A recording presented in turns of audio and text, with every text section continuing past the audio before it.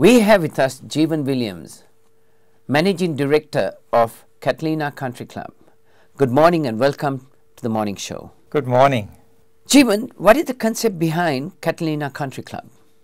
So Catalina Country Club is Sri Lanka's first luxury gated community. It's never been done before in Sri Lanka. We are bringing a new idea to Sri Lanka. Obviously, it's been very successfully done for over 3 decades overseas in places like Port Douglas here in Australia, in Bali, in Phuket, in Langkawi, in Malaysia, and so on. But we think Sri Lanka has got all the characteristics to be really successful. We've got hospitable people, we've got a great climate, very safe environment, and the cost of living is a lot cheaper than many of the places I mentioned. So we think it's high time Sri Lanka had luxury gated communities, world-class ones. Why have high-ended gated communities not been in Sri Lanka before? And why now? So that's a good question. Up to now, I think if we cast back to, say, 2009, the end of Sri Lanka had gone through a long period of civil strife. It was very hard to offer people this concept of living in a second home, spending some time back in Sri Lanka. The whole situation on the ground was very different. Since 2009, the country is transformed. We've also got significant improvements in infrastructure, the connections, the road and highways. It's only 90 minutes now from Colombo to Galle. So those connections and improved infrastructure now make this a very viable proposition. Sri Lanka is now on the map. The number of foreign tourists visiting Sri Lanka every month goes up. It's 2.5 million tourists now every month. Sri Lanka's property market is having a record boom. The south, the Galle area, is also enjoying that with the improved infrastructure and southern highway access.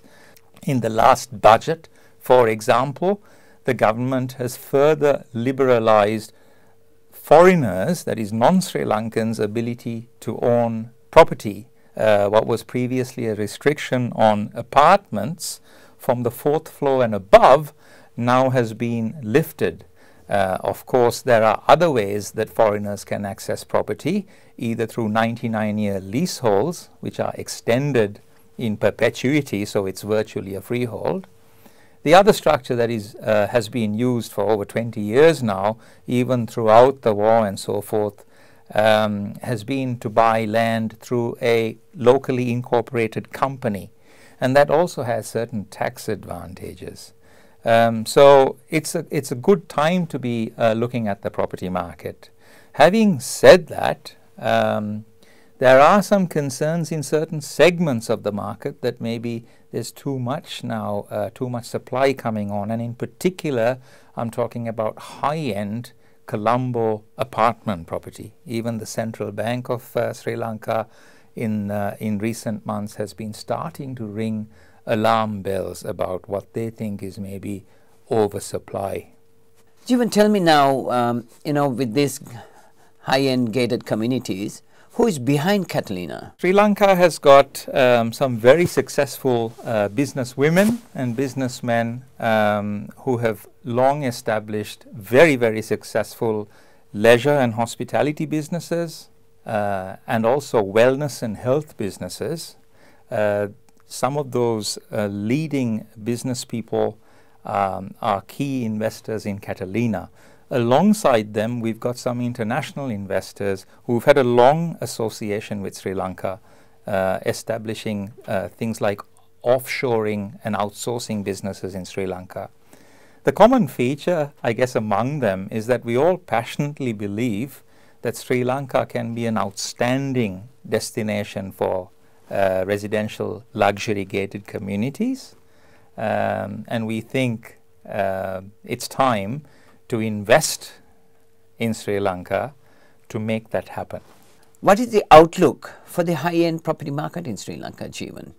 I think it's a market that's sort of splitting into two tiers. There's the very high-end luxury Colombo market, which looks like there's a lot of concern that there's potential oversupply into those markets. There's something like 6,000 apartments due to be developed between now and 2020, so the next 18 months. Then there's the sort of suburban Colombo market, which looks like it's continuing to do well based on a sort of a middle class demand requirement for residential homes. And then outside of Colombo, there's a lot of catching up happening. So places like Gaul, because of the southern highway and the improved access and the infrastructure, there's a significant rise in property prices about to happen. We've started to see that boom already. If you look at things like the UK Financial Times, you look at the last year or so of reportage, there's very little coverage about Colombo. It's all about the south. And finally, Jeevan, why did you call it Catalina? What is behind Catalina? So Catalina has got an interesting Sri Lanka and Australia connection. During World War II, when all of what was then the British Empire, Malaysia, Singapore, Burma, was in Japanese, in enemy hands, the only link between the home country, the UK, and Australia was these seaplanes that flew from Perth to Koggala, onto Aden in the Middle East, and then onto London. It was the only link, physical link between Australia and their motherland. And those Catalina airplanes landed in Koggala. It's a great story. We can't call it anything but Catalina. We are in Koggala. It's the right name for it. Jeevan, thank you for coming to the Sri Lanka Morning Show and giving us a really good insight into the Catalina Country Club, the high-end catered living concept in Sri Lanka. Thank you. Thank you. It's great to be here. I wish you all a good Sunday.